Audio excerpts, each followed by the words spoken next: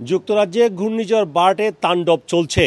এই ঘূর্ণিঝড়ে এখনও পর্যন্ত একজনের মৃত্যুর খবর পাওয়া গেছে, যিনি মোটরওয়েতে হ্যাম্পশায়ারে গাড়ি চালাচ্ছিলেন এবং গাড়ির উপর গাছ এসে পড়ে।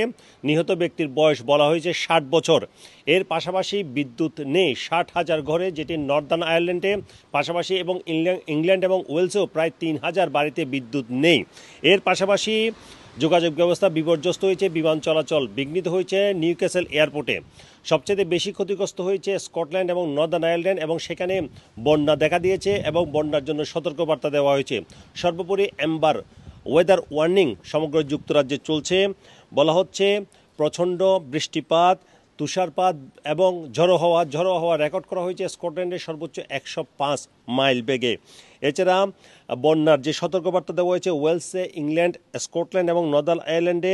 এছাড়া নেটওয়ার্ক রেল সহ বাস চলাচল বিঘ্নিত হয়েছে স্কটল্যান্ড, নর্দার্ন আয়ারল্যান্ড এবং ইংল্যান্ডের কিছু অংশে। এর পাশাপাশি বলা হচ্ছে বিদ্যুৎ সংযোগ হয়তোবা আরও অনেক জায়গায় বন্ধ করা হতে পারে। লোকজনকে যদি জরুরি প্রয়োজন না হয় ঘর থেকে বের হতে নিষেধ করা হচ্ছে।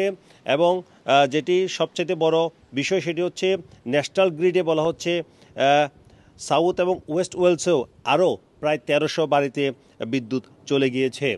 এখনও এই সতর্কবার্তা রয়েছে এবং ঘূর্ণিঝড় বার্ট এটি তাণ্ডব রবিবার এবং সোমবার পর্যন্ত যুক্তরাজ্যে বইতে পারে। Sarwar Hossain, RTV, London.